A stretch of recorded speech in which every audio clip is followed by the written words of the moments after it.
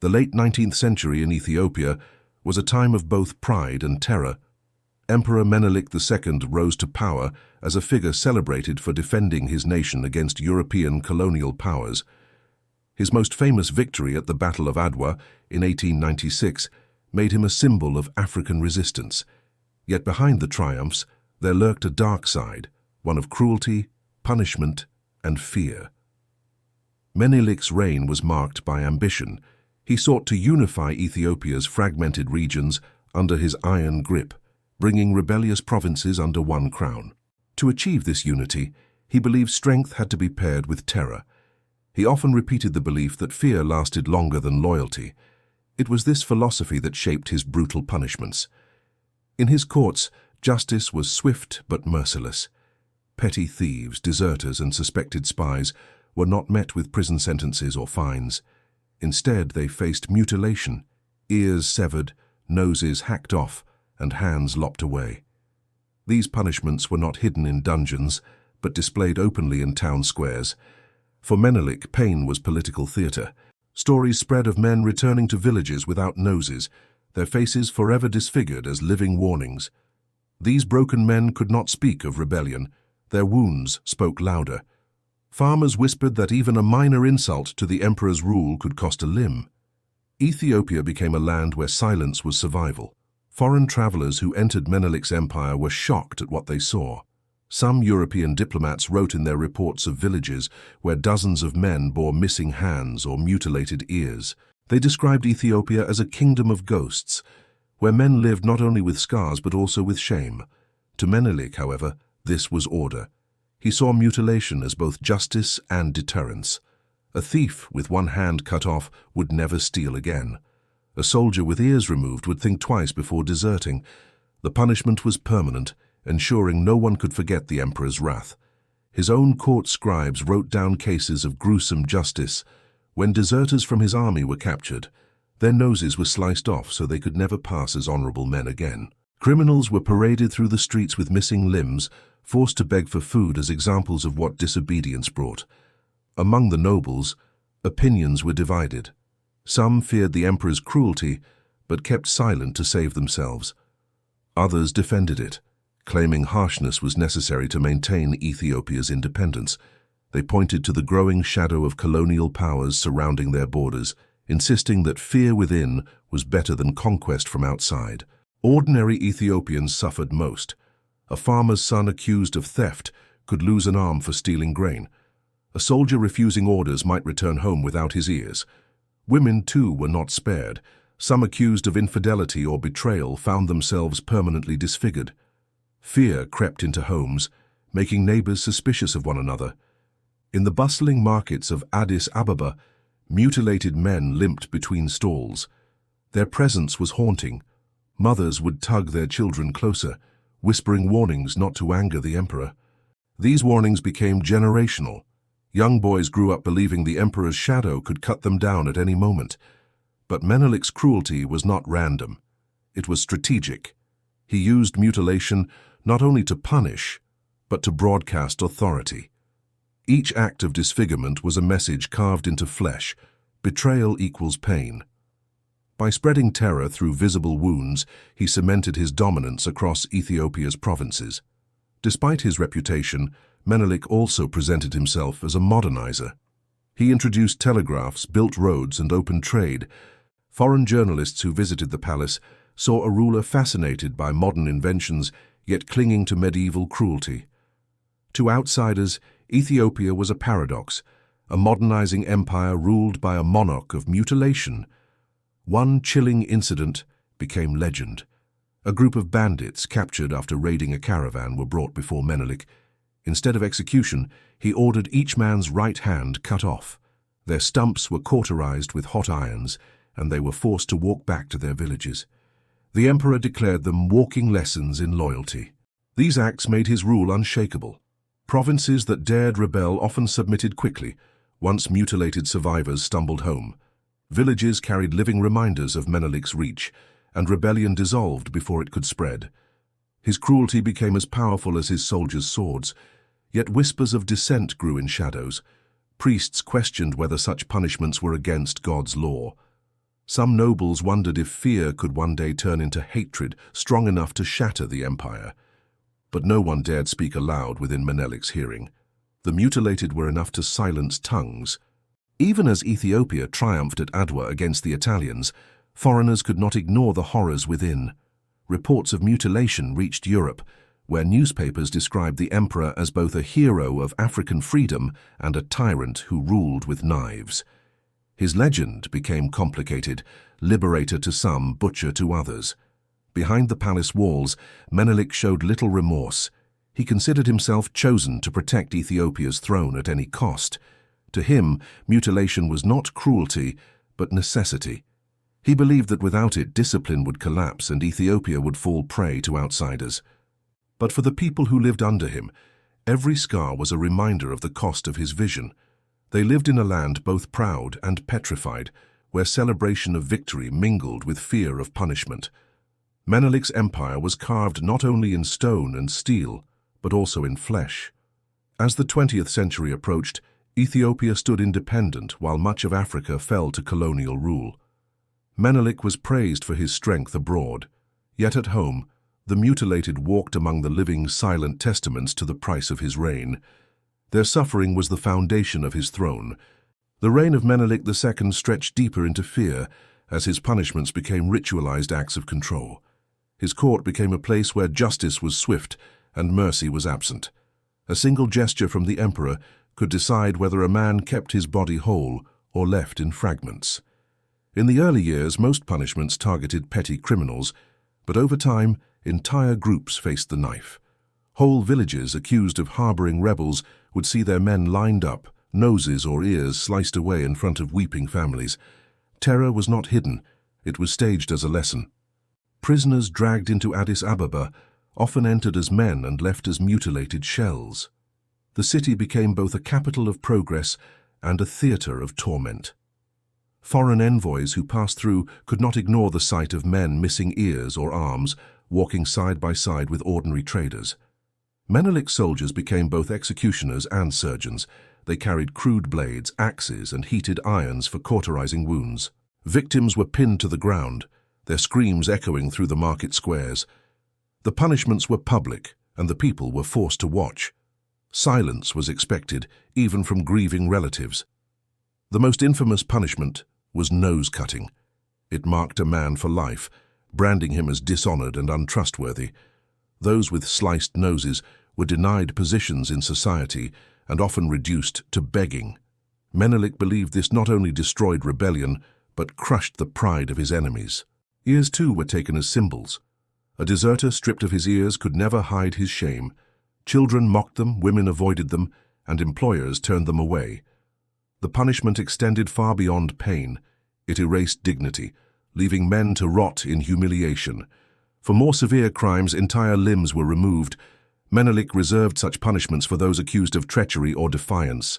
Men who once held spears in battle were returned home without arms. Their warrior lives ended forever. This ensured they could never again threaten the emperor's power. One recorded incident told of a nobleman accused of plotting against the throne. Instead of execution, Menelik ordered both his hands cut off. The nobleman was paraded through the streets on horseback, his stumps wrapped in blood-soaked cloth. The emperor declared him alive but useless, a living warning to other nobles. Whispers spread of Menelik's fascination with mutilation as a spectacle. Witnesses claimed he sometimes watched from palace balconies, his face calm as men screamed. His silence was unnerving. He never shouted, never gloated. He simply observed, as though cruelty was routine. Among his soldiers, carrying out mutilations became an act of loyalty. Those who hesitated risked punishment themselves. Some grew accustomed, treating dismemberment as another duty of war. Others were haunted, unable to sleep as the cries of victims rang in their dreams. But no one dared to disobey. The Orthodox Church wrestled with these horrors. Priests preached forgiveness, yet the emperor's shadow loomed over sermons. Some clergy secretly condemned the punishments, but public criticism meant ruin. A few priests who spoke too boldly found their tongues removed, symbolic mutilation for daring to challenge the throne. Rebellions flared in distant provinces, but Menelik's brutality always followed. After crushing uprisings, his troops returned not only with captives, but with mutilated survivors. Villages would receive their sons back without noses, ears, or arms. Families wept, but the emperor's message was clear. Resistance ended in disfigurement. Foreign travelers chronicled these scenes with horror. Russian officers who aided Ethiopia against Italy were shocked at the punishments inflicted afterward on captured deserters. British envoys described the streets of Addis Ababa as haunted by the disfigured. Yet in Europe, Menelik was still hailed as a defender of African independence. This contradiction deepened Ethiopia's reputation. Abroad, Menelik was seen as a visionary king who resisted colonization. At home, many viewed him as a tyrant who secured his throne by carving flesh. To live under him was to live between pride in independence and fear of mutilation. The psychology of punishment spread far beyond the victims. Children grew up terrified of imperial justice. Parents warned them with brutal phrases, "Steal, and you will lose your hand." These words were not metaphors but lived reality. The fear shaped generations, binding loyalty through dread. Even noble households trembled. Menelik's punishments did not spare the elite. Court whispers revealed cases where courtiers suspected of betrayal left the palace with ears missing or faces scarred. Nobility bowed lower, spoke softer, and moved cautiously, for one misstep could mean lifelong disgrace. The mutilated themselves became symbols. Some wore their wounds with bitter pride, claiming survival. Others hid in shame, avoiding the public gaze. Their presence was inescapable, a living gallery of scars displayed across Ethiopia. The empire itself seemed carved in wounds as much as in stone. Menelik's defenders argued that cruelty was necessary to hold Ethiopia together. Surrounded by foreign threats, they said, only iron discipline could prevent the empire's collapse. They insisted mutilation was a small price to pay for independence. But those who bore the wounds felt differently. As years passed, the punishments grew bolder. Entire groups of captives were mutilated at once, lined up like cattle before the knife. Witnesses described rivers of blood flowing in town squares, the air thick with the stench of cauterized flesh. Such scenes left lasting scars not only on bodies, but on minds. The emperor's reputation hardened. To his followers, he was a strong man who shielded Ethiopia from foreign conquest. To his victims, he was a mad emperor who ruled by carving away humanity. Both images were true, and both coexisted in a land trapped between reverence and fear. As Menelik II's reign entered its later years, Ethiopia stood tall as one of the only African nations uncolonized by European powers. The emperor was celebrated abroad as a symbol of resistance, yet within his empire, shadows deepened. His brutal punishments had etched themselves into the collective memory of his people. The emperor grew older, but his cruelty did not fade. Stories circulated of his increasing obsession with maintaining control. Though he brought railways and telegraphs to Ethiopia, his justice remained anchored in mutilation. For Menelik, modern inventions could coexist with medieval terror. One of the darkest chapters unfolded after the Battle of Adwa, when desertion among soldiers was punished without mercy. Menelik ordered rows of captured deserters to be lined up, their ears hacked away in public. Witnesses recalled the square filled with wails as blood soaked the dirt. The emperor declared them cowards unworthy of Ethiopia's victories. In the countryside, rebellion still simmered. Tribes that resisted taxation or imperial authority often faced collective punishment. Survivors of crushed revolts were not executed, but mutilated en masse. Men returned to their villages missing noses. Women bore scars across their faces, and children grew up seeing parents disfigured. The punishments became ritualized acts of humiliation. Victims were paraded before their own people, marked forever as examples. Neighbors watched as imperial soldiers pinned men to the ground, knives flashing in daylight. The emperor's law was carved into skin and bone, leaving no room for dissent. Foreign observers, once dazzled by Menelik's defiance of Italy, began reporting these horrors in grim detail. French and British envoys sent home accounts of mutilated peasants hobbling through Addis Ababa. Missionaries whispered of villages scarred by imperial cruelty. Yet the world remained conflicted. Admire the emperor for his victories or condemn him for his brutality. Within Ethiopia, the church remained uneasy. Priests struggled to reconcile Menelik's reign with Christian teachings of mercy. Some attempted to shield villagers, pleading for lighter punishments, but their voices carried little weight. Menelik's word was law, and no priest dared oppose him openly for fear of mutilation themselves. The emperor's cruelty also touched his household. Court officials whispered of palace servants punished for minor mistakes, one for spilling wine, another for misplacing documents. Rumors told of tongues cut out for careless speech, of ears sliced off for perceived insolence. Even those closest to the throne were not safe. As his health declined, paranoia seemed to sharpen his cruelty. He feared plots against him, seeing treachery in shadows. Nobles accused of conspiracy were not always executed. Instead, they were left alive but broken, their faces or limbs destroyed. Menelik believed this ensured loyalty among the survivors, but it bred quiet hatred. The streets of Addis Ababa carried the weight of these policies. Beggars without noses or hands became common sights. Mothers warned their children to obey imperial guards, pointing to the mutilated as living lessons. Silence hung heavy in marketplaces, where laughter was stifled by fear of careless words. Yet paradox remained. Alongside terror, Menelik fostered progress. He introduced modern schools, encouraged trade, and sought ties with foreign nations. Visitors to his palace marveled at telephones and electric lights, only to step outside and see men without arms or ears begging in the streets. Ethiopia was a land caught between two ages. Some Ethiopians began to quietly question whether independence was worth such suffering. Though Menelik had defended the nation from colonization, many wondered if his own rule mirrored the tyranny of foreign powers.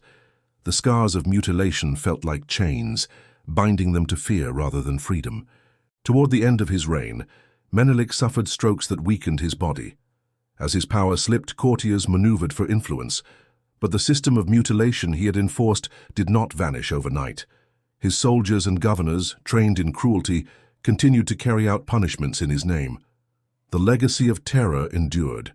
Victims of mutilation became symbols of his era. Some bore their wounds in silence, while others told stories to their children, ensuring the memory of Menelik's cruelty would never fade. Entire generations grew up knowing that rebellion against authority carried not only death but a lifetime of shame. Foreign writers who chronicled his reign struggled to capture its contradictions. They praised him as a ruler who kept Ethiopia free from colonial domination, but condemned his reliance on dismemberment. His image was split in two, a proud African monarch on the global stage and a tyrant at home. The scars of his punishments extended beyond flesh. They reshaped Ethiopian society, creating a culture of caution and fear. Trust between neighbors eroded, as accusations could lead to mutilation. Families carried shame for generations, their lineage marked by visible reminders of imperial wrath. Even after his death in 1913, the memory of his cruelty lingered. Successors tried to soften the empire's image, but the damage had been done. Menelik's rule was remembered as both a golden age of independence and a dark age of mutilation. His name carried pride and terror in equal measure. For the people who lived under him, the legacy was carved into their very bodies. They were the walking history of his reign, faces without noses, ears sliced thin, limbs missing. These wounds spoke louder than chronicles, louder than sermons, louder than foreign praise. The emperor had dreamed of an unshakable Ethiopia, and in many ways he succeeded. But the cost was paid in flesh. Menelik II left behind not only a free nation, but also a nation haunted by mutilation, where independence had been bought with blood and scars. Subscribe for more interesting content.